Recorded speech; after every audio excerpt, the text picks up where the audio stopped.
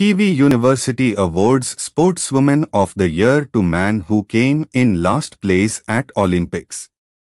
Transgender weightlifter Laurel Hubbard, who choked at the Tokyo Olympics this summer, was named Sportswoman of the Year by the University of Otago in New Zealand. Michaela Waite-Harvey, the president of the Otago University Students Association, told the Otago Daily Times that no woman was more deserving of being recognized as a paragon of female sports than the 43-year-old New Zealand man.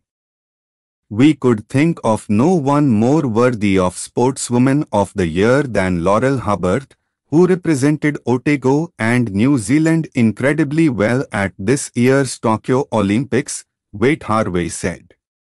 The hulking 6'1", 300-pound weightlifter thanked the university for its unwavering support of his goal to dominate women's sports.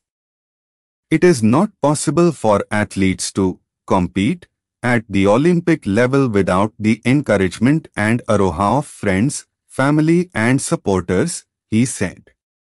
This award belongs to everyone who has been part of my Olympic journey. Hubbard made history in July when he became the first transgender athlete to compete in a women's Olympic event. Before transitioning, he competed for years in men's weightlifting competitions as Gavin Hubbard. According to the New Zealand Herald, he started identifying as female in 2012 at the age of 35. In 2017, Hubbard began competing in women's weightlifting events and promptly went on a blistering win streak. Despite mass media hype, however, he was eliminated from the snatch competition at the Tokyo Games this summer after failing to make a successful lift in his weight class, the over 87 kg division. This means Hubbard came in dead last. Social media users erupted at the comical irony of bestowing the Sportswoman of the Year honor on a man who not only failed to medal but was eliminated from the competition. She didn't even complete one attempt, so we're just handing out sports awards for people changing genders now, one Twitter user wrote.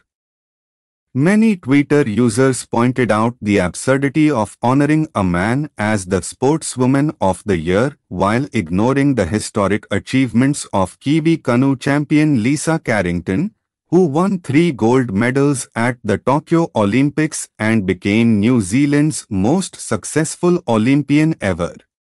Similarly, former MMA commentator Joe Rogan said allowing men to beat up women in physical combat sports is akin to sanctioned domestic violence.